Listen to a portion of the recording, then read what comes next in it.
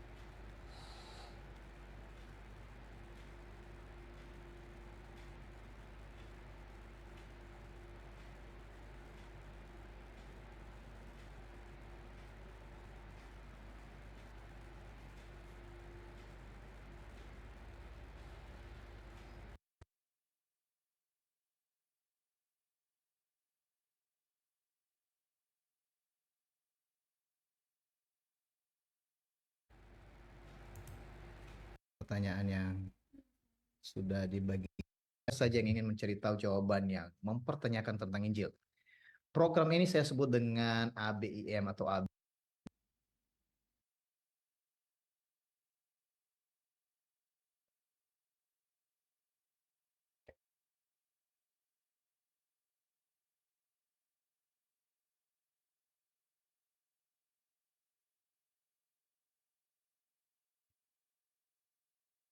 Selamat siang teman-teman yang sudah bersama pada siang hari. Apa kabar?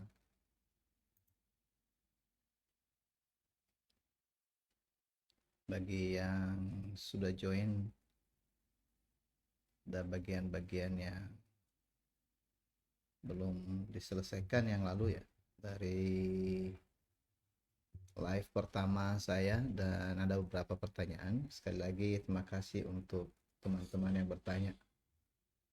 Dia pertanyaan-pertanyaan yang sudah dibagikan, jika kemungkinan ada jawaban yang lalu terlewatkan, disilakan ya supaya bisa dilanjutkan pertanyaannya. Tapi ada juga beberapa pertanyaan yang belum sempat didiskusikan yang lalu, nanti kita akan jawab bersama-sama. Oke, sekali lagi ini adalah program dari ABIM. Anda bertanya, Injil menjawab. Jadi dari pengantar yang saya bagikan yang lalu itu, ABIM itu merupakan bagian dari aplikasi yang sedang kita kerjakan bersama-sama di proyek Bank Injil. Bagi teman-teman yang sudah pernah dengar ini, dan bagi yang belum pernah dengar, disilakan ya mengecek di website kita di www.proyekbankinjil.com. Ya, jadi sekali lagi semoga cara ini bisa berjalan dengan baik teman-teman. Karena ini baru, disilakan bisa memberikan komentar ya kalau ada sesuatu yang kurang jelas, barangkali suara saya, atau ada hal yang mau disampaikan supaya siaran langsung yang singkat ini 1 jam ini bisa jalan dengan baik. Oke, jadi mengapa ada ABIM? ABIM adalah sekali lagi program yang bertujuan memfasilitasi berita, ajaran, nasihat, dan kepemimpinan yang bertemakan satu saja, yaitu Injil. Nah, itu sebabnya kita beri nama ini ABIM, Anda bertanya, Injil menjawab. Siapa saja boleh bertanya, dan kita akan lihat bersama apa jawaban Injil.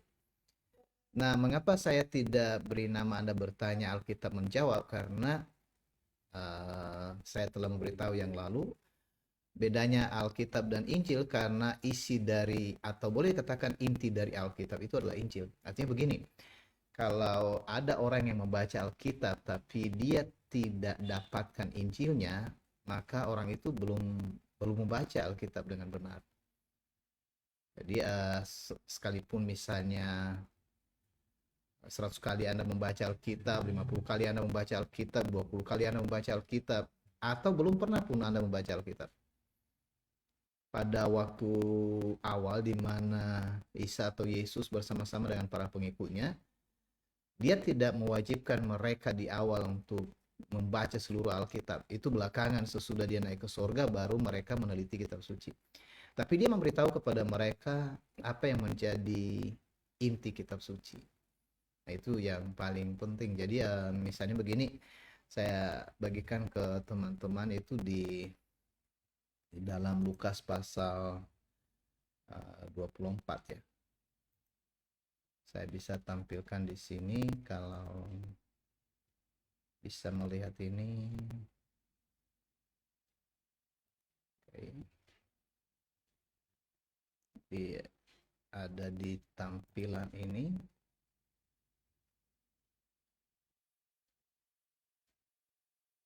Di Lukas pasal 24 ayat 46. Jadi di sana dikatakan, kemudian ia bersabda kepada mereka, telah tertulis, Al-Masih atau Mesias atau Kristus harus mati, tetapi ia akan hidup lagi pada hari yang ketiga. Nah, kalau misalnya teman-teman membaca ayat itu dari mulai ayat 45, misalnya kalau ada yang mau kopikan ayatnya di ruang chat, disilakan ya. Jadi kita bisa periksa bersama-sama mengapa Injil itu menjadi inti dari seluruh Alkitab dan mengapa Isa atau Yesus tidak mengharuskan orang-orang yang mengikut dia di awal membaca seluruh Alkitab mulai dari Kejadian sampai Kejadian sampai Maleakhi ya.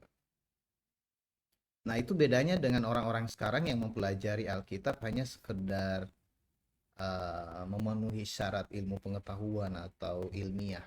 Anda bisa mendapatkan data-data, tapi tanpa pengertian dari Roh Allah, ya tidak mungkin memahami apa yang tertulis dalam kitab suci.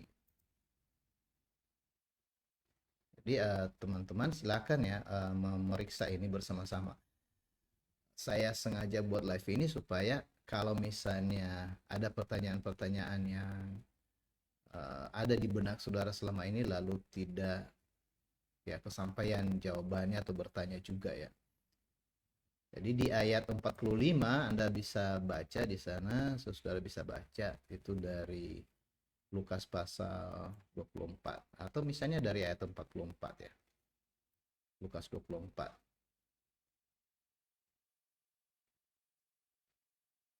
Nah, jadi apa yang paling penting nanti mengapa Injil itu harus disaksikan. Jadi saya coba bagikan ayat itu ke oke, udah ada yang tulis ya tadi. Jadi ayat 46 sampai 47, 46. Nah, saya coba di ayat 44-nya saya kirim lagi ya. Mulai dari ayat 44 di sana ia berkata kepada mereka, inilah perkataanku yang telah kukatakan kepadamu ketika aku masih bersama-sama dengan kamu, yakni harus digenapi semua yang ada tertulis tentang aku dalam kitab Taurat Musa. Jadi mulai dari kitab Taurat Musa.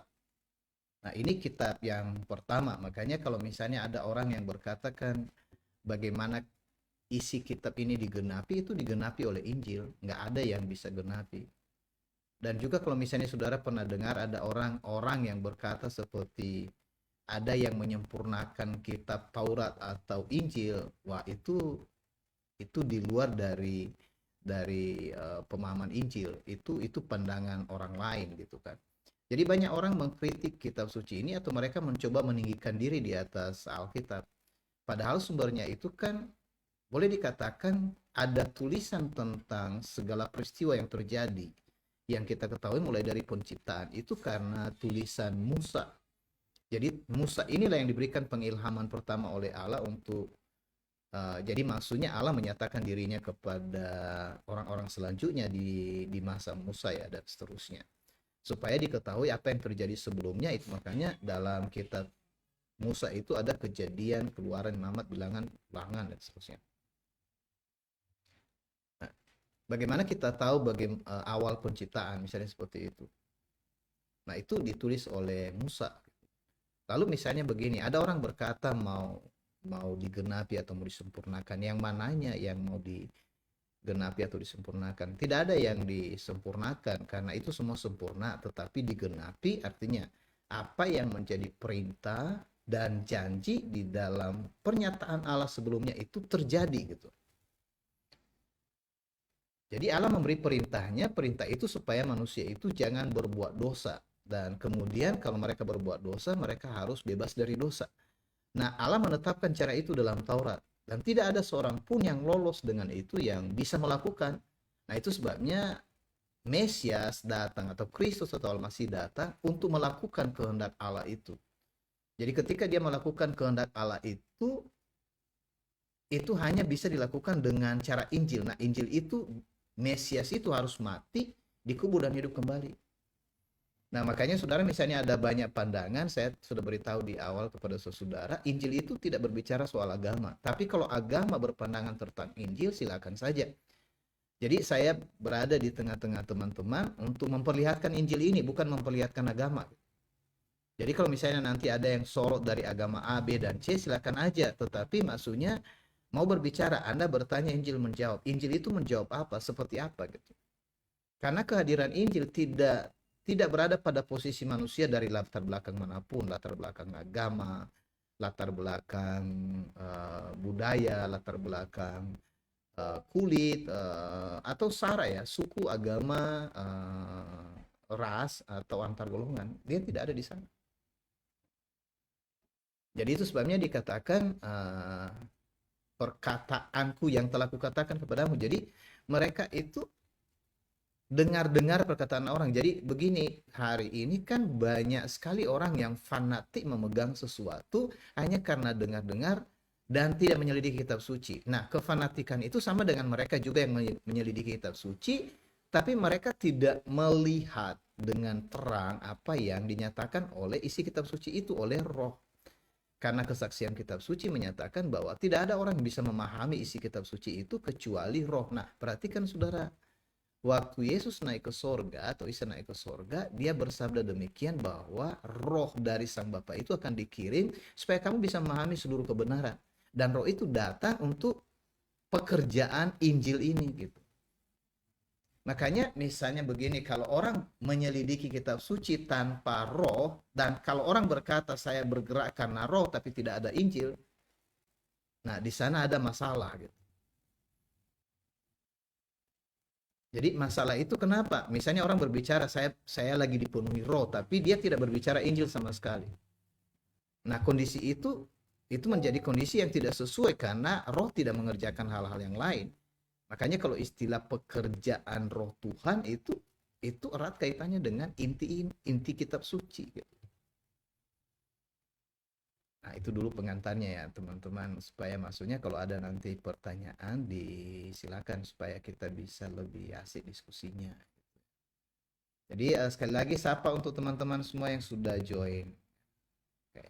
Bisa bagikan link ini kepada yang lainnya. Apa yang menjadi berkah.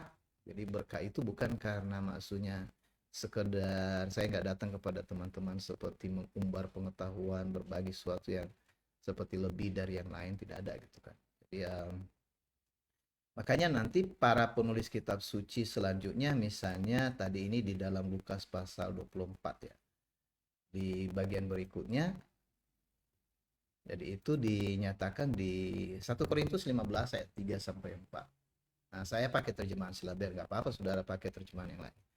Karena hal-hal yang terutama sudah kusampaikan kepadamu, yaitu apa yang telah kuterima sendiri, bahwa Al-Masih atau Mesias atau Kristus telah mati karena dosa kita.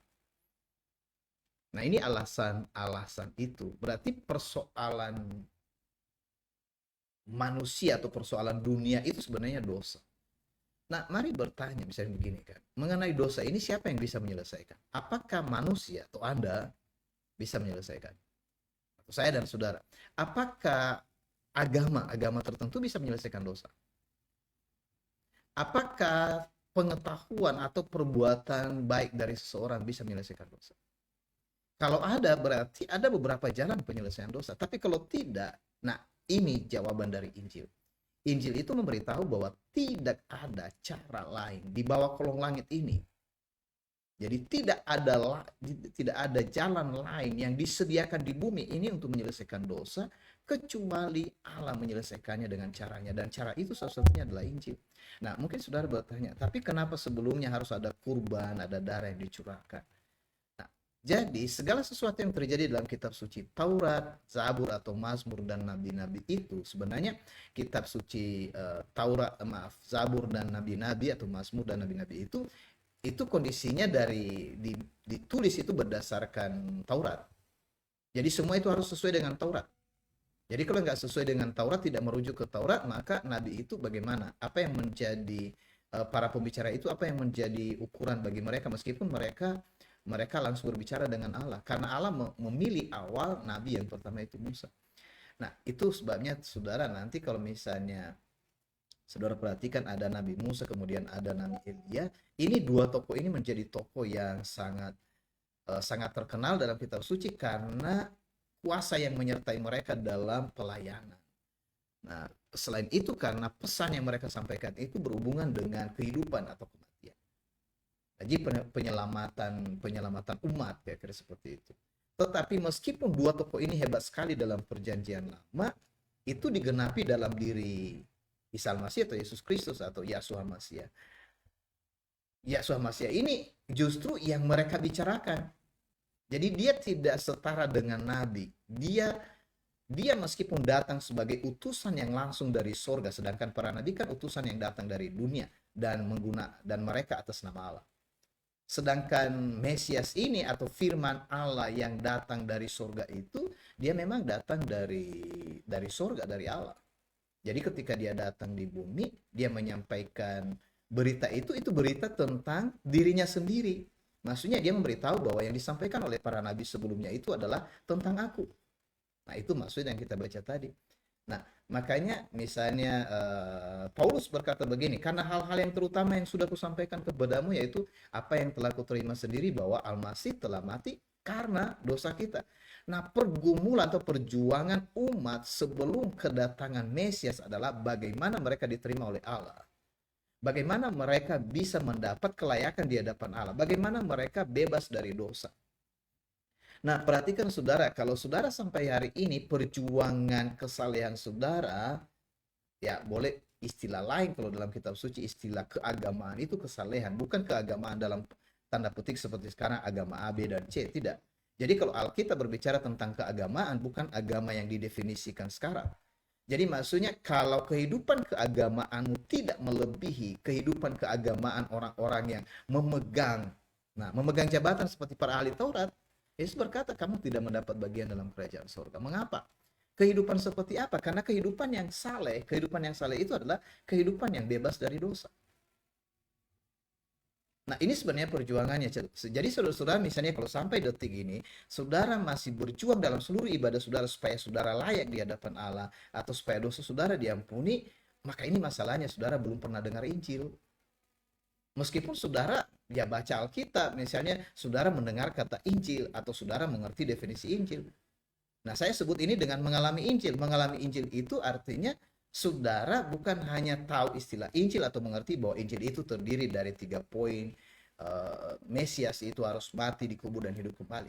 Itu definisi dari bahasa kitab suci. Tetapi maksudnya bagaimana mengalami pembebasan dari dosa itu yang menjadi poin yang paling utama. Jadi maksudnya kalau saudara sampai detik ini, perhatikan ini, kalau saudara sampai detik ini berjuang untuk mendapat pengampunan dosa dengan seluruh apa yang saudara lakukan. Misalnya begini, saudara beribadah, saudara bangun ini, saudara kerjakan ini, saudara melayani ini, bahkan ada orang-orang yang pakai dia menginjili supaya dia bisa layak di hadapan Allah. Tanda petik menginjili itu nanti kita definisikan. Sebenarnya kata kitab suci menginjili atau memberitakan Injil. Jadi kalau orang melakukan ibadahnya untuk mendapat pengampunan dosa, maka saya berkata kepada saudara, orang itu belum tahu Injil. Dia belum mengenal Injil. Karena Injil itu menyatakan bahwa Anda beribadah bukan untuk mendapat pengampunan dosa, tapi karena Anda sudah mendapat pengampunan dosa, maka Anda beribadah. Gimana teman-teman, itu bisa jadi catatan penting ya bagi kita. Jadi dikatakan bahwa Al-Masih telah mati karena dosa kita seperti telah tertulis dalam kitab suci bahwa ia telah dikuburkan. Nah, kata mati dan dikuburkan ini nanti satu petunjuk yang jelas dalam pengalaman Injil, karena kalau seseorang tidak mati, dia tidak mungkin hidup kembali. Nah, bagaimana? Apakah Anda punya pengalaman tentang mati? Mati itu adalah mati bagi dosa. Kalau Yesus atau Isa mati karena dosa, kita jangan mati karena dosa. Kalau kita mati karena dosa, kita binasa. Itu sebabnya kita digantikan oleh Isa atau Yesus supaya dia yang mati, tapi dia tidak mungkin ditahan oleh maut. Karena apa? Dia hidup. Memang dia kehidupan itu. Nah, beda dengan kita. Kita itu kan dari tanah. Kalau mati, bagaimana kita dibangkitkan? Karena bukan kita sumber hidup. Sedangkan kalau kita misalnya belum diampuni dosa kita, roh Allah yang telah diberikan dalam hidup kita telah diambil, bagaimana kita memperoleh kehidupan? Itu sebabnya dia yang mati. Jadi karena dia yang mati karena dosa kita, maka kalau kita menerima cara Allah melalui kematiannya, maka kita mati bagi dosa. Mati bagi dosa artinya kita tidak hidup untuk dosa itu, dan dosa itu tidak menguasai kita lagi. Nah, kalau dosa tidak berkuasa atas hidup saudara, maka ibadah saudara diterima oleh Allah.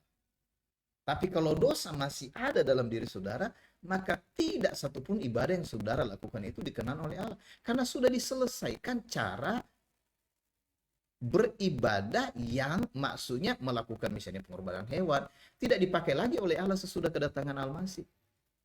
Atau semua misalnya ada orang memberi uang atau memberi sesuatu kepada Allah, Allah tidak terima itu untuk pengampunan dosa. Karena pengampunan dosa sudah digenapi atau sudah selesai di dalam diri Kristus atau Mesias atau Al-Masih. Dia telah mati, dikubur, dan pernyataan yang ketiga adalah dibangkitkan pada hari yang ketiga. Perhatikan, dibangkitkan pada hari yang ketiga, bukan dibangkitkan nanti pada akhir zaman.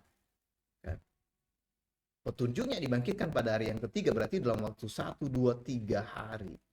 Jadi dia ada di bawah apa namanya, kalau misalnya fisiknya ada di bawah gua atau di bawah tanah, tetapi dari dikatakan dalam kitab suci bahwa Roh Al-Masih itu sampai ke tempat di mana ada orang-orang mati. Jadi ada dua tempat orang mati, satu tempat orang mati yang memang mereka akan dibinasakan pada hari penghakiman. Jadi mereka yang termasuk yang mati, yang banyak orang mati pada zaman Nuh, yang tidak berada di bawah di dalam Batra. Berarti boleh dipastikan bahwa Nuh dan beberapa orang saleh yang lainnya ada di Firdaus. Nah, itu sebabnya orang yang mati di samping Yesus atau Isa itu dikatakan ketika dia mengakui bahwa Yesus itu adalah raja, dia berkata, hari ini engkau bersama-sama dengan aku di taman Firdaus. Nah, itu saudara, sebenarnya ada banyak polemik di sana. Kalau misalnya saudara punya masalah dengan teologis tentang bagaimana kematian, bagaimana kehidupan, bagaimana penguburan, ini kesempatan kita berbincang-bincang di sini. Ini dulu yang boleh saya bagikan di sini pada teman-teman. Ya, oke, kita akan kembali nanti ke sana.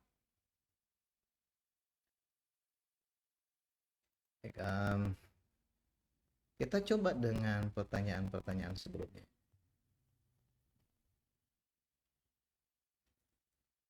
Jadi ya, sekali lagi salam kepada semua teman-teman, saudara yang sudah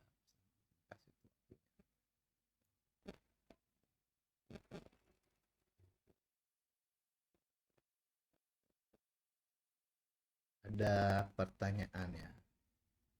Pertanyaan yang lalu barangkali ini saya mengecek dulu apakah ada pertanyaan yang terbaru.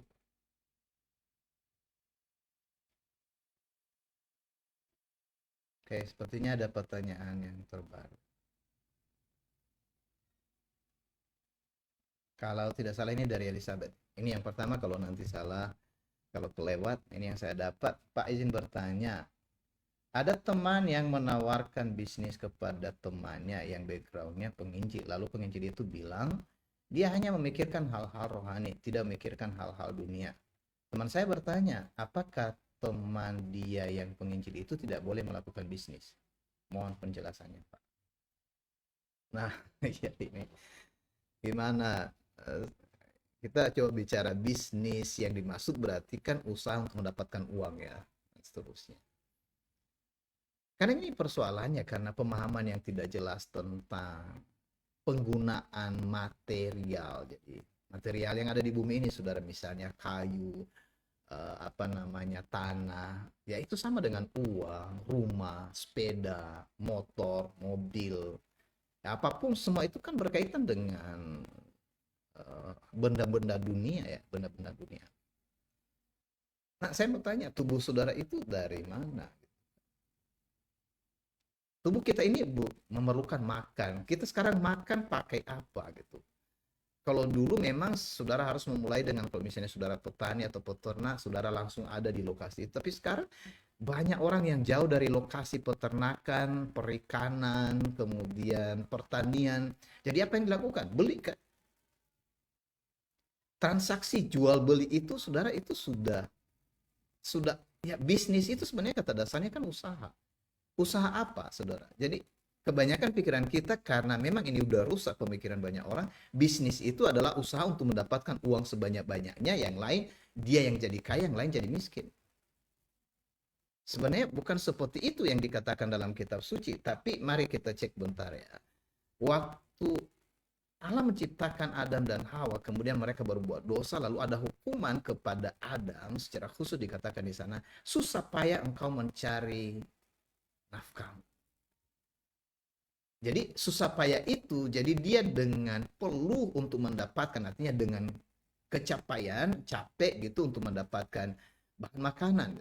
Jadi kelelahan untuk dapat makanan itu hukuman, karena dia harus bergumul dengan keadaan tanah itu sendiri karena melahirkan apa namanya, menumbuhkan duri, dan juga karena kesulitan, kita tahu berikutnya kesulitan untuk mendapatkan hasil dari tanah itu. Nah, jadi saudara-saudara, kalau misalnya manusia yang ada di dalam tubuh ini tidak bekerja untuk itu, tidak berusaha untuk itu, maka dia tidak bisa makan.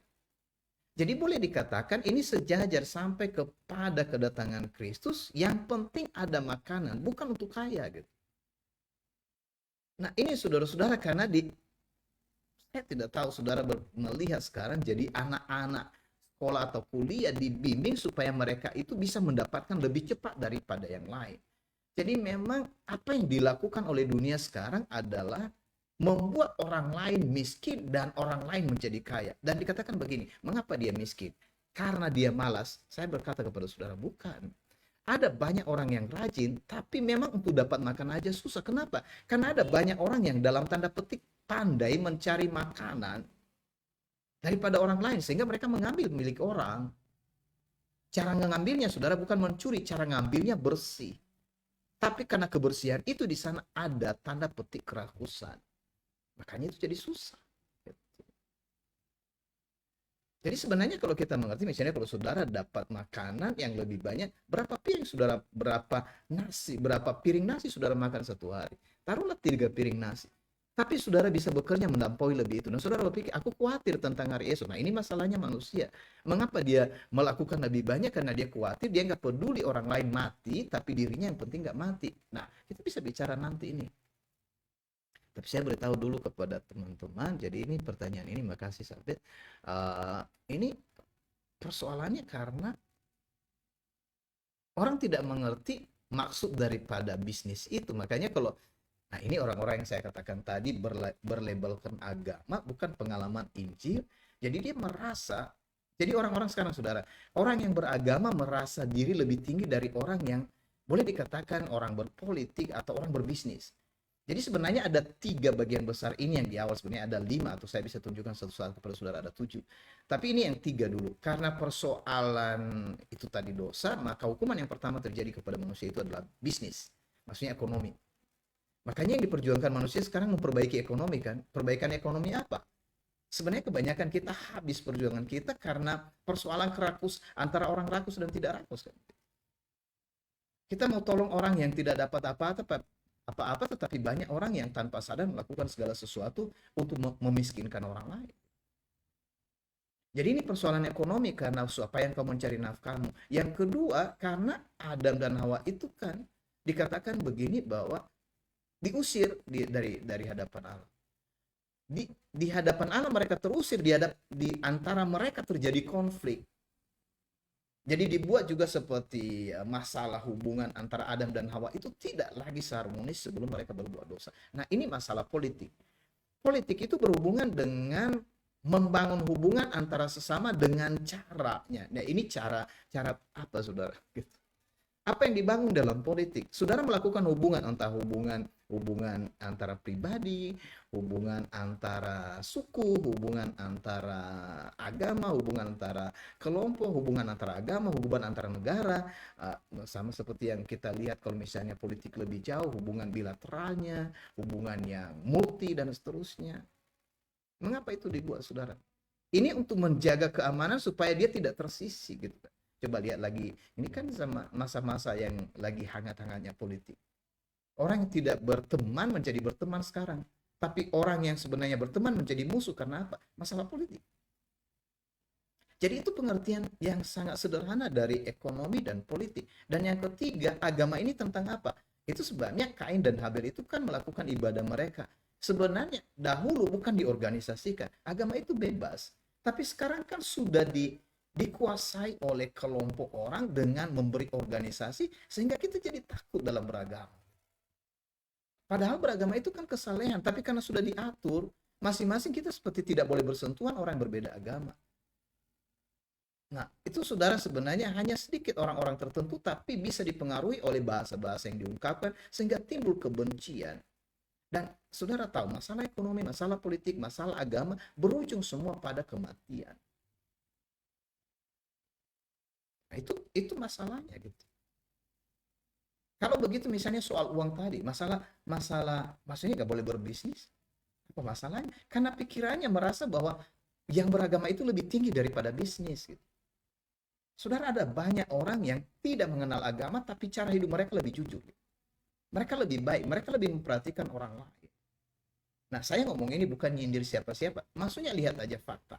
Sama seperti begini, ada sering orang berkata begini, oh kamu harus berdoa, kamu harus lakukan ini supaya ekonomimu menjadi bagus. Saya berkata kepada saudara, buka mata di seluruh bumi.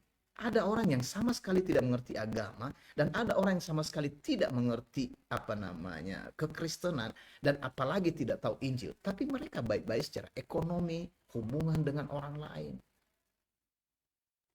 Jadi maksudnya jangan kita membodohi orang atau saudara jangan dibodohi oleh kata-kata yang seperti itu karena nggak ada landasannya. Jadi ini karena kita tidak, saya berkata kepada saudara, ketika saya menemukan rahasia Injil ini menyingkapkan segala sesuatu yang sebelumnya kita seperti orang yang ada di dalam kegelapan, kita takut segala sesuatu. Mau bicara segala sesuatu kita takut. Ini bukan ngomong terbuka dengan kebablasan sehingga kita tidak menguasai diri. Tidak, saudara. Injil itu membuat kita menjadi lebih berani. Karena apa? Untuk melawan kuasa kegelapan bukan melawan saudara kita. Bukan melawan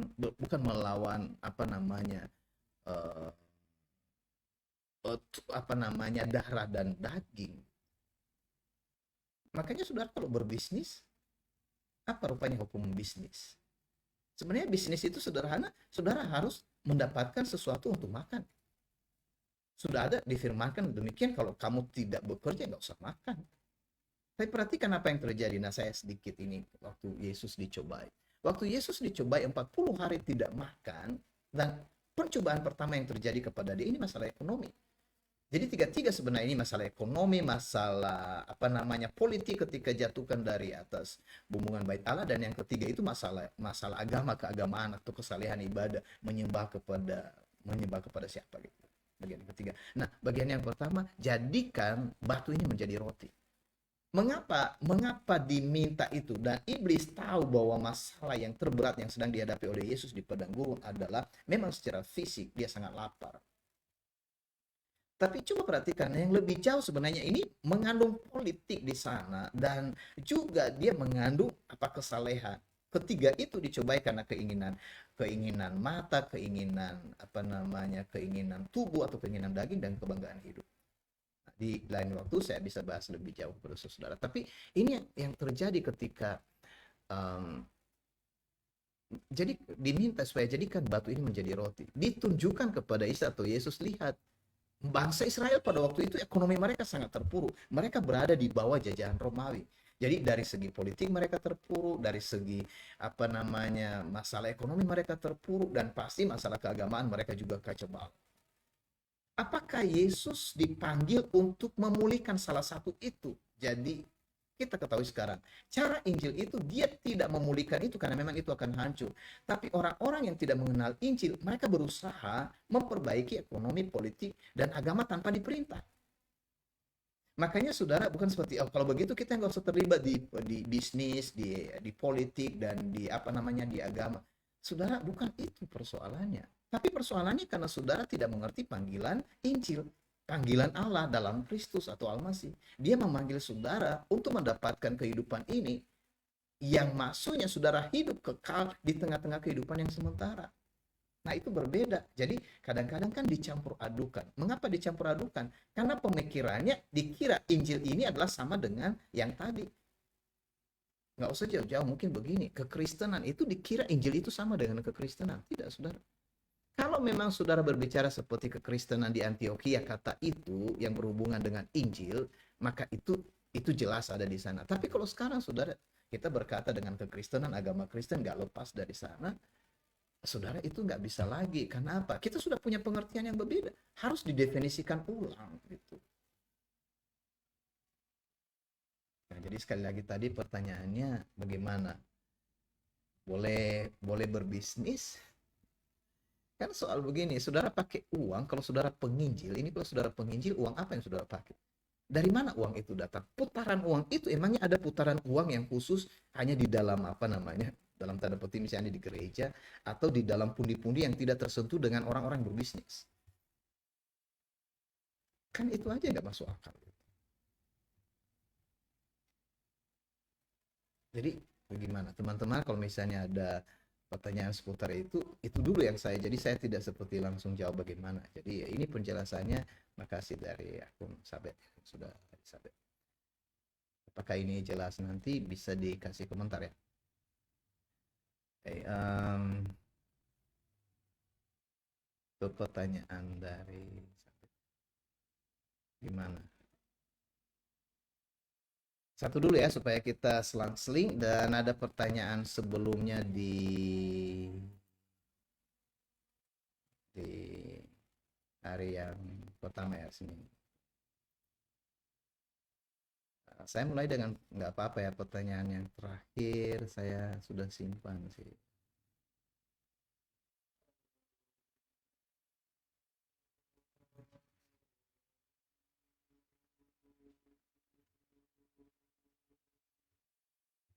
Coba cek dulu ya. Ini dari Ibu Ima ya, Ibu Ima, akun dari Ibu Ima Suryanto yang lalu. Pak, sejauh mana kita memerlukan pengetahuan Injil ini? Apakah better masuk STT untuk memperlengkapinya? Nah, gitu. Jadi ini saya garis bawahi pengetahuan Injil supaya saya tidak maksudnya terlalu luas menjawabnya. Jadi pengetahuan Injil dengan mengalami Injil berbeda. Pengetahuan Injil ini memang perlu. Mengapa? Untuk memastikan bahwa benarkah Injil itu memang demikian. Tapi pengetahuan Injil itu yang dimaksud sama seperti yang dikatakan oleh Isa atau Yesus tadi di Lukas pasal 24. Dia beritahu kepada murid-muridnya bahwa selama dia bersama-sama dengan mereka, yang dia ceritakan kepada mereka itu adalah inti dari seluruh kitab perjanjian lama itu. Jadi kitab perjanjian lama itu yang Taurat, Mazmur, dan atau Zabur, dan nabi-nabi. Kalau begitu isi dari seluruh kitab suci itu boleh dipastikan bahwa itu tentang Injil. Nah, ini pengetahuan yang benar tentang Injil. Jadi kalau saudara misalnya ada orang-orang yang bisa menyelidiki Alkitab mulai dari Kejadian sampai Wahyu lalu baca baca pasal demi pasal setiap hari, silakan aja. Tapi saudara pasti lelah. Karena kalau saudara tidak diberitahukan lebih dulu intinya, jadi caranya diberitahukan dulu. Boleh dikatakan ini makronya, keseluruhan isinya, tapi itu inti. Makanya kalau misalnya saudara dapat inti dari kitab suci itu, sama seperti kalau saudara dilempar ke tengah samudra, seluruh ruas samudra itu terlihat terang bagi saudara karena saudara sudah dapat mapnya, saudara sudah dapat petanya, saudara sudah dapat intinya. Atau kalau saudara dilempar di hutan, di mana hutan yang lebat dan seperti tidak ada jalan, saudara mengerti seluruh ruas dari hutan itu. Nah, coba saudara-saudara, orang yang membaca kitab suci, menyelidiki kitab suci secara ilmiah, dia mengambil misalnya mata kuliah A, B, dan C, apa yang terjadi? Dia lelah sekali karena dia tidak mengerti apa-apa. Dia disuruh belajar mata kuliah A, B, C, dan seterusnya. Misalnya mata kuliah teologi A, teologi B, apologetika A, apologetika B, misalnya itu dan seterusnya. Sejarah A, sejarah B. Itu perlu diperhatikan dari mana sumbernya. Misalnya begini, sumber datanya ini kan ada teman-teman yang mengupas. Saya senang dengan orang yang memperlihatkan sejarah gimana sih, karena kitab suci itu sejarahnya, faktanya, sejarah umum dan sejarah di antara orang-orang Israel sendiri, dan juga itu saudara-saudara dari sejarah yang dikerjakan oleh Allah mulai dari penciptaan itu tidak berbeda gitu. Ada sejarahnya, enggak tiba-tiba misalnya ada yang berkatakan Injil itu diturunkan dari surga. Enggak, saudara. Injil itu adalah peristiwa kematian Kristus lalu dia kubur dan hidup kembali. Yang turun dari surga itu adalah firman Allah yang hidup yang menjadi manusia. Jadi itu sebabnya Injil itu memang berasal dari surga karena keputusan tentang peristiwa Injil itu adalah dari Allah, bukan dari manusia. Jadi kalau misalnya ditanya, jadi memerlukan pengetahuan Injil? Ya perlu. Apakah jawabannya di STT? Saya berkata, murid-murid Yesus atau Isa itu mereka tidak selesai di STT-nya untuk mendapat kebenaran Allah. Jadi kalau misalnya orang masuk di STT silahkan aja, karena itu kan profesional. Untuk sekarang, saudara-saudara, politik, ekonomi, dan agama sekarang semua dikerjakan profesional. Kalau Anda mau bekerja di salah satu institusi ini, kan, karena saudara tidak mempunyai apa namanya, boleh dikatakan gelar, saudara nggak diterima.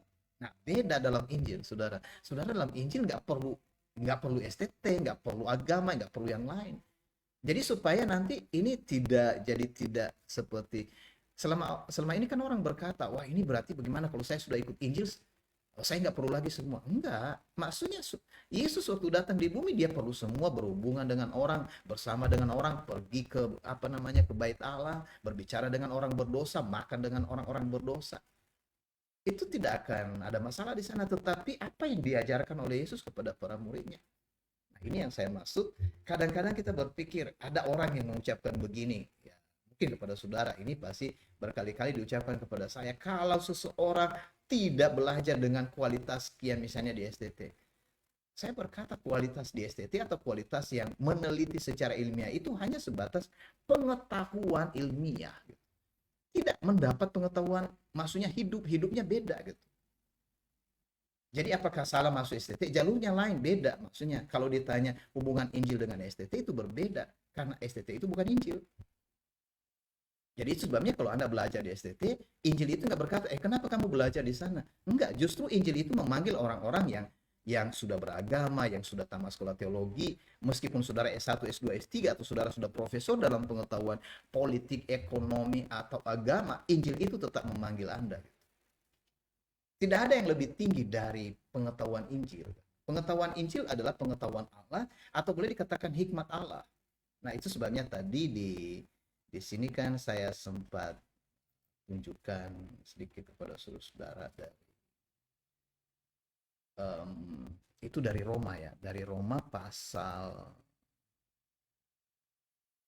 1 ya. Ini judul ini sudah bisa lihat ini, sebab aku mempunyai keyakinan yang kokoh dalam Injil karena Injil itu adalah kekuatan Allah yang menyelamatkan setiap orang yang percaya.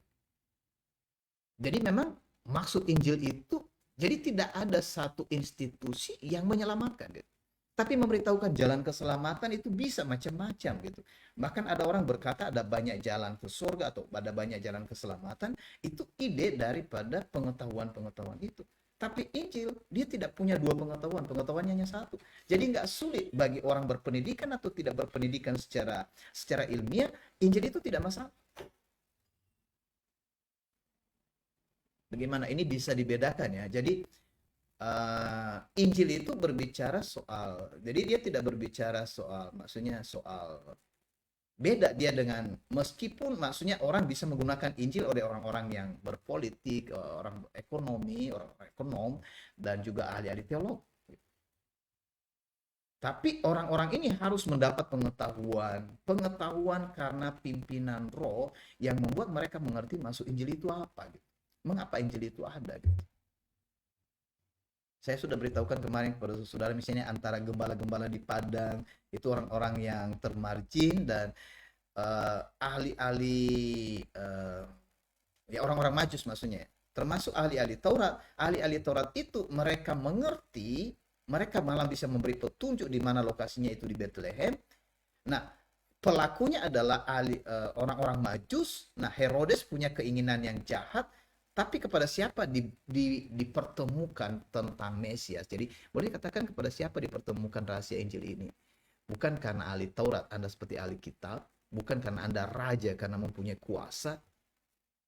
Jadi, tapi kalau misalnya Anda raja pun, atau Anda ahli Taurat pun, dan seterusnya, tetapi karena Anda akhirnya tahu bahwa Injil itu di atas dari semua dan itu berbeda, maka kepada saudara dibuka rahasia itu.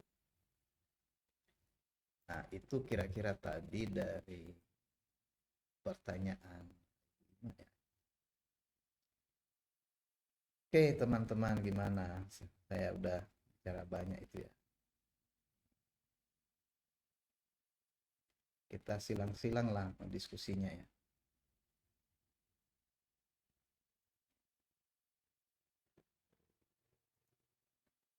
Gimana? Oke, saya coba ke pertanyaan berikutnya. Dari pertanyaan ini dari Elizabeth.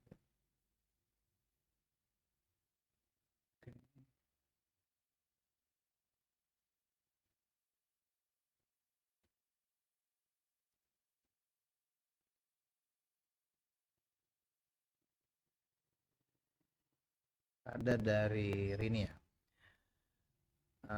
Saya mau bertanya Pak, menurut Roma 6 ayat 7 terjemahan baru, sebab siapa yang telah mati ya telah bebas dari dosa. Apakah maksudnya bahwa ketika manusia mati baru selesai dosanya, tetapi selama manusia hidup mustahil dosanya diselesaikan? Ini ya, baik pertanyaannya, makasih Rin, dan teman-teman boleh periksa Alkitab, kitab sucinya yang terdapat dalam Roma pasal 6 ayat 7. Harus dibaca dari ayat 1 di atas. Jadi ini Paulus menulis kepada orang-orang percaya di Roma dan dia berkata, kita telah mati bagi dosa. Kita telah mati, tapi mereka waktu itu masih hidup secara fisik ya. Jadi artinya begini, berbicara soal mati di sini bukan berbicara soal mati fisik, melainkan kematian atau tidak hidup di dalam dosa itu. Jadi kalau dikatakan begini, siapa yang telah mati, ia bebas dari dosa. Secara hukum dunia saja mengerti bahwa orang yang sudah mati tidak bisa dituntut apa-apa, bukan? Secara fisik. Jadi di dalam kerajaan Allah ini yang diperhatikan itu bagaimana seseorang dia telah mati bagi dosa itu. Artinya mati bagi dosa, dia tidak hidup untuk dosa. Dia tidak mengabdikan dirinya bagi dosa. Dia tidak tinggal dalam dosa, dia tidak dikuasai oleh dosa, dia tidak terus-menerus hidup dalam perbuatan dosa. Karena apa? Dia tidak tinggal di sana. Dia sudah pindah dalam tempat yang baru. Jadi hanya ada dua tempat, teman-teman, saudara, tinggal dalam kegelapan atau tinggal dalam terang. Tinggal dalam dosa atau tinggal dalam Kristus. Jadi orang yang mendapat pengalaman Injil itu, dia dipindahkan di dalam kuasa Allah dari penguasaan dosa kepada penguasaan Injil atau penguasaan Kristus. Jadi di sini sebenarnya ada dua pimpinan yang berseteru. Jadi iblis adalah malaikat yang telah jatuh itu dan dia menjadi penguasa dunia, penguasa kegelapan. Jadi kalau misalnya penguasa dunia, sudah dipastikan bahwa segala sesuatu yang bekerja dalam dunia ini dengan kekuatannya, backupnya di belakang iblis. Persoalannya, tidak ada orang yang mengenal Kristus atau Al-Masih ini. Padahal dia itu firman Allah, kebanyakan jatuh di dalam penyelidikan ilmiah, penyelidikan penyelidikan yang bertengkar soal kata dan istilah. Itu sebabnya saudara perhatikan orang-orang yang beragama itu lebih berfokus kepada siapa nama Allah, bagaimana namanya, pengucapannya, dan seterusnya. Padahal waktu Allah memperkenalkan dirinya di awal, dia memperkenalkan dirinya dengan perbuatannya.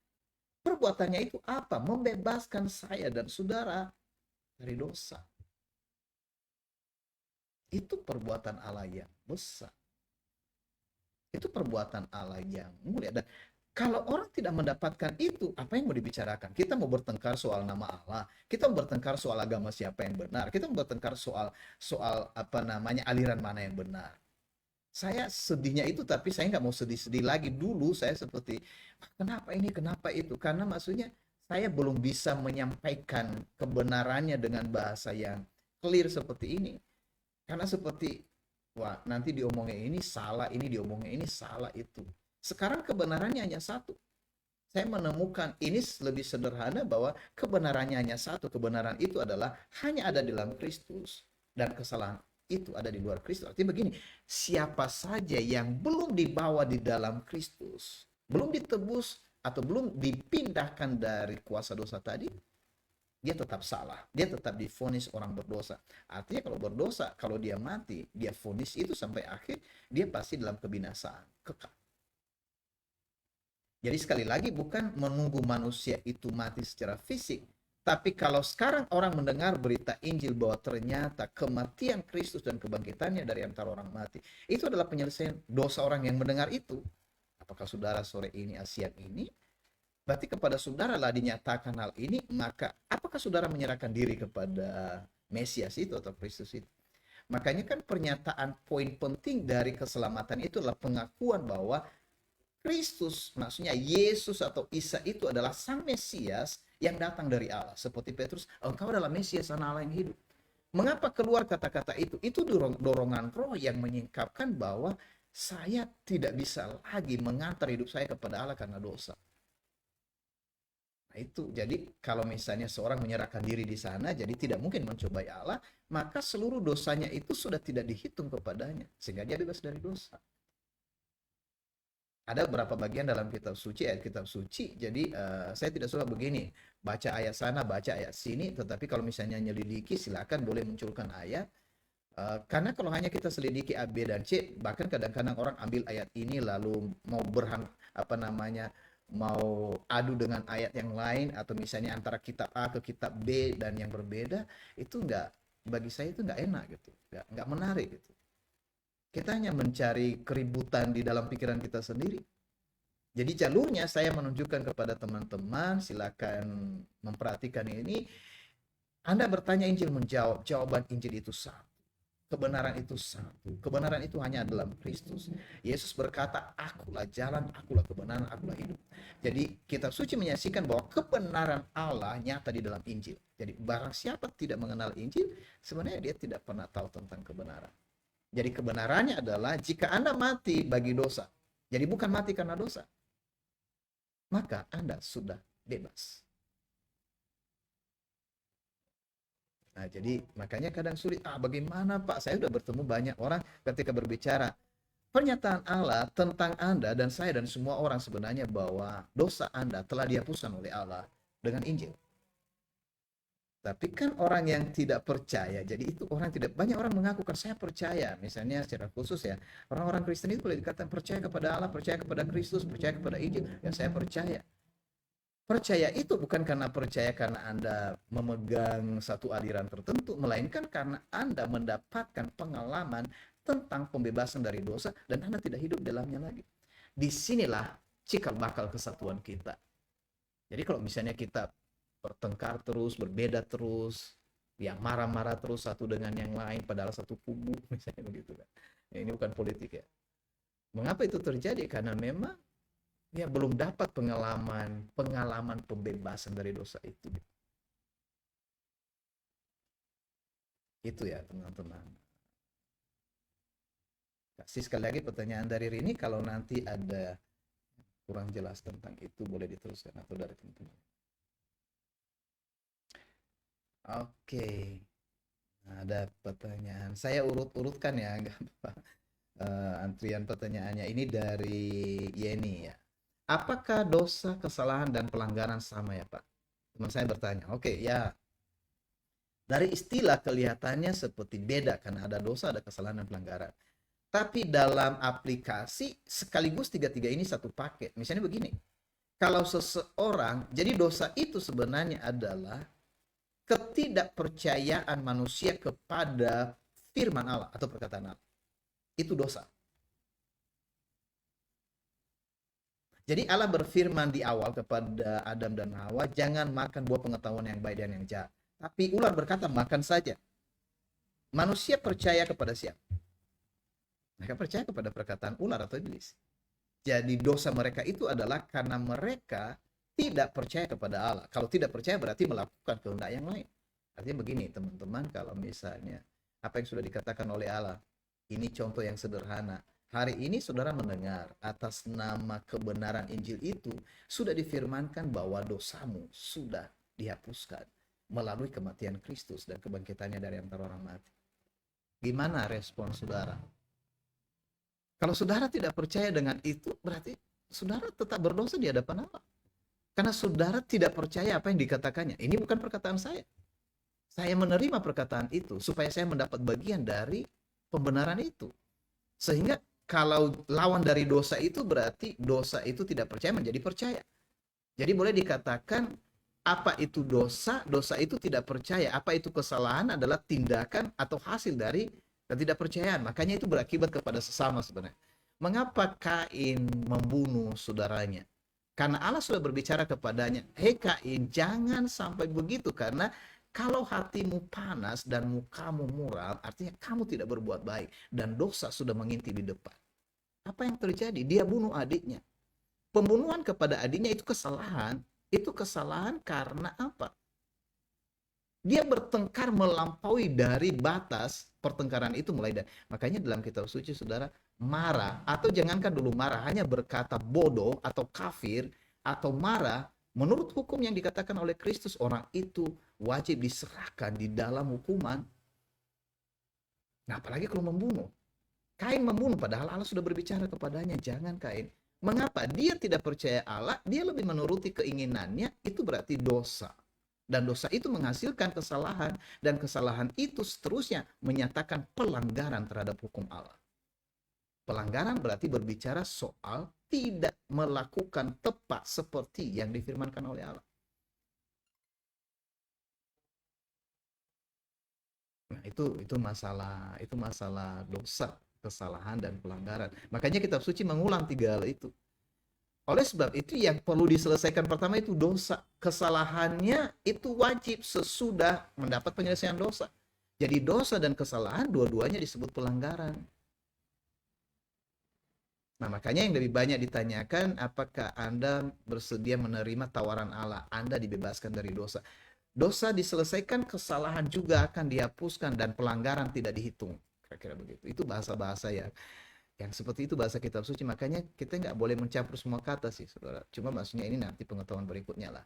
Pengetahuan kitab suci itu diperlukan sesudah Anda mendapat inti dari Alkitab. Makanya saya berkata tadi, mengapa murid-murid Yesus itu tidak diajar seluruh definisi kitab suci atau istilah dalam kitab suci. Lebih dulu mereka diajar tentang inti ajaran, inti kitab suci, baru berikutnya mereka bisa mengerti seluruh kitab suci.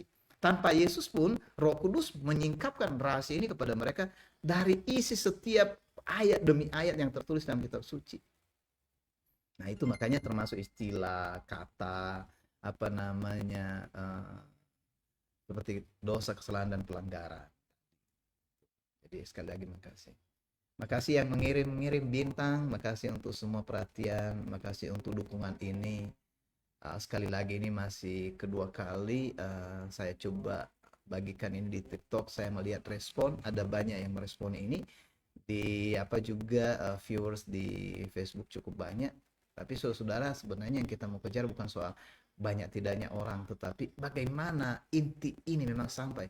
Satu kerinduan saya adalah supaya yang benar itu betul-betul bisa dilihat oleh orang-orang yang mencari kebenaran. Jadi tidak semua memang.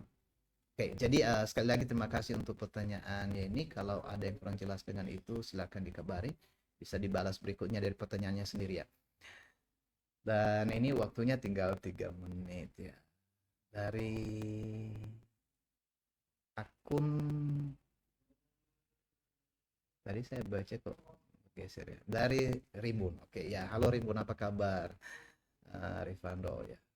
Pak, gimana kalau bisnis MLM? Apakah bisnis ini jauh atau melanggar dari konsep kita? Ya, ya. Kasih pertanyaannya. Itu lanjutan tadi. Jadi kan begini, MLM multi level market. Jadi mengapa berlevel? Misalnya begini ya, saya ditanya begini, Pak, kalau saya beli satu barang harganya 50.000 lalu saya jual 100.000, apakah itu dosa? Jadi ada yang berkata begini, kalau beli barang 50.000, jualnya untungnya sedikit aja diambil, misalnya 55.000. Nah, saya berkata, saudara beli barang 50.000, lalu saudara pergi mengambil barang, ongkosnya 10.000. Lalu Anda menjual barang itu menjadi 55.000. Anda dapat bisnisnya, dapat tekornya. Kan enggak kan? Jadi semua sebenarnya aturan ini, saudara, aturan bisnis ini tidak ada sesuatu kecuali, jadi istilah riba atau yang jangan yang dalam kitab suci itu jangan sampai membuat orang lain berutang dengan cara mencekik lehernya. Itu karena ketika kita meminjamkan uang kepada orang, lalu dengan pinjaman itu kita malah membunuh dia. Dia tidak ada kesempatan untuk hidup lagi gitu. Makanya ini bukan membenarkan orang yang yang berutang lalu dia tidak bayar utangnya. Karena kalau saudara beri pinjaman dengan kasih, artinya kalau satu saat ternyata dia tidak sanggup atau lama dia membayar, saudara sudah rela dengan itu. Kan logikanya begini, kalau saudara meminjamkan uang berarti karena saudara ada kan. Jangan pinjamkan uang ke orang lalu saudara berutang kepada orang lain. Itu nggak pas. Kalau nggak ada berarti nggak ada. Sama-sama susah. Nah, sama seperti kalau MLM itu kan dia ada perhitungan. Perhitungannya mengapa? Dia beli barang 100.000, dia jual 200.000 atau 300.000. Semua itu karena ada iklannya, dibagi-bagi kepada jenjangnya 1, 2, 3. Itu semua dibenarkan di tingkat bisnis itu. Dan apa hubungannya dengan kerajaan Allah? Kerajaan Allah itu tidak ada hubungannya dengan MLM. Kerajaan Allah itu berbicara soal kehidupan, soal menghidupkan orang lain, soal menolong orang lain, bukan soal jenis bisnis. Saya berkata begini,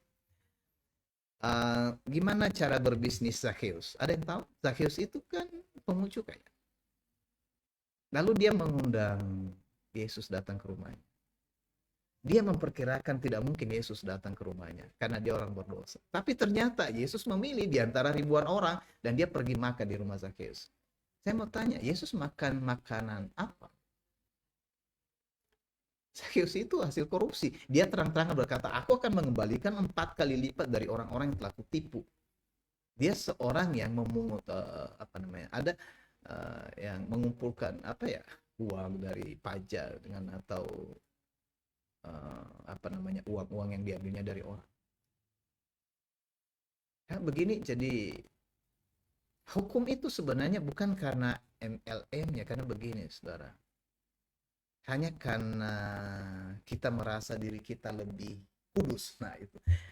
Ini soal kekudusan. Saya mau tanya teman-teman, cara saudara supaya hidup kudus gimana? Kan kalau misalnya ada pemikiran MLM tidak suci, berarti kalau saudara tersentuh MLM, saudara jadi najis gitu kan. Nah, ini bedanya dengan konsep perjanjian lama dengan perjanjian baru. Yang maksudnya perjanjian lama itu lebih banyak diterapkan oleh orang-orang beragama sekarang dalam tanda petik beragama yang sudah diorganisasikan. Makanya mereka mewajibkan umatnya lakukan A, B, dan C. Di perjanjian lama itu kalau orang berdosa, misalnya begini, saudara itu lagi nguduskan diri nih, lagi berpuasa, tidak melakukan apa-apa, lalu ada orang lain yang najis, dia sentuh saudara, saudara najis, ikut najis. Berarti orang yang najis menyentuh orang yang sucinya menjadi najis. Beda dengan masa Kristus. Ketika Masih datang, ini contoh. Ada orang perempuan yang sudah 12 tahun pendarahan. Tidak ada yang bisa mengobati, sudah habis semua uang, dan ternyata dia bertekad begini ketika Isa atau Yesus lewat di depannya dan dia berkata, asal saja ku pegang jubahnya, maka aku akan sembuh. Dan dengan kekuatan keyakinannya dia lakukan itu, dan dia pegang dan terpegang jubah itu. Nah, apa yang terjadi? Dia menjadi tahir. Dia menjadi sembuh. Jadi orang menyentuh yang suci, yang najisnya menjadi suci. Jadi begini, kalau benar siapa saja ini, jadi terima kasih pertanyaan ini. Kalau saudara tahu bahwa diri saudara telah suci, mau tanya dulu, saudara suci karena saudara menyucikan diri atau karena Allah menyucikan? Sudah dipastikan kalau saudara berjuang untuk menyucikan diri, saudara akan suci, kotor, suci, kotor, suci, kotor, dan itu terus, dan saudara jadi stres. Tapi begini, kalau Allah menguduskan saudara, perhatikan baik-baik. Ketika dia menguduskan Anda dan orang lain menyentuh saudara yang tidak suci, orang itu akan suci. Kenapa? Karena kesucian yang diberikan Allah dalam hidup saudara adalah kesucian yang sifatnya permanen dan hidup. Itu sebabnya semua orang yang mendapat pengampunan dosa, mendapat roh Allah yang tinggal dalam dirinya seperti air yang mengalir keluar, membasahi di sekitarnya. Nah, itu kebenaran aplikasinya. Jadi memang persoalannya kalau saudara berjuang terus selama ini menguduskan diri, ya capek gitu. Tapi kalau saudara dapat ini, saudara tidak ada masalah dengan orang di sekitar saudara ketika dia lakukan ini, lakukan itu. Dan sebenarnya kalau saudara sudah nanti sudah bebas, saudara tidak akan merugikan orang. Itu yang paling penting. Saudara tidak akan membuat orang susah. Saudara tidak akan membuat orang lain menjadi pedih karena kehidupan saudara. Saudara tidak akan membuat orang lain menjadi miskin gara-gara kekayaan saudara. Tapi kekayaan saudara membuat orang lain menjadi tertolong. Itu konsepnya, itu aplikasinya. Karena saudara suci, orang lain di sekitar saudara menjadi suci. Jangan begini, teriak-teriak saya ini orang suci, lalu karena orang menyentuh dia keluar kata-kata yang tidak bagus di mulut. Ada apa itu? Nah, sekarang bagaimana teman-teman? Udah bisa uji ini ya. Jadi sekali lagi terima kasih untuk pertanyaan dari saudara Rimbun. Itu menolong ya. Tapi waktunya udah selesai ya teman-teman. Minta maaf ini karena terus terang mau berlama-lama, tapi nanti di lain waktu lah. Saya tidak tahu sejauh mana yang diperlukan, tapi saya sudah meletakkan dasar poin yang paling utama di sini, yaitu Injil adalah jawaban dari semuanya. Nah, ini udah 2 kali ya, bisa beri komentar di Facebook ya. Kira-kira gimana jawaban-jawaban yang ditampilkan kepada saudara ini, jawaban akal-akalan atau memang itu jawaban yang telak dan memang itu dari Injil? Itu bukan dari saya secara pribadi atau dari kelompok manapun. Kita udah diskusi dengan ini sampai detik ini, dan maaf karena tidak bisa terjawab dengan pertanyaan sebelumnya. Diusahakan nanti berikutnya apakah saya bisa live 1,5 jam atau bisa diberi usul ya. Saya belum buat polling apakah 1 jam atau 1,5 jam, tapi saya konsisten dulu untuk 1, 2, 3 kali pertemuan 1 jam. Ini kan sambil apa namanya, sambil mungkin ada yang ada yang lagi istirahat, lagi makan. Saya tidak mau ganggu saudara kerja. Memang ada yang usul malam gitu, nanti di lain waktu lah, mungkin di media sosial lain saya akan pakai itu. Oke, sekali lagi yang memberi dukungan, sekali lagi yang berbagi apa juga ya, bintang-bintangnya ya. Sekali lagi untuk semua teman-teman, silakan bisa mengambil video ini ya, share atau bisa memotongnya untuk menggunakan seperlunya, tujuan untuk kemuliaan Allah. Sekali lagi salam untuk semua teman-teman ya. Ucapkan terima kasih.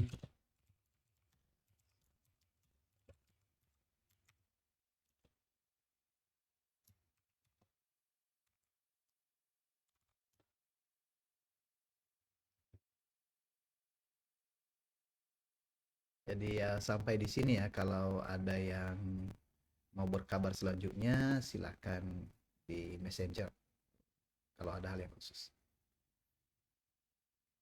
Demikian, terima kasih, selamat siang, salam.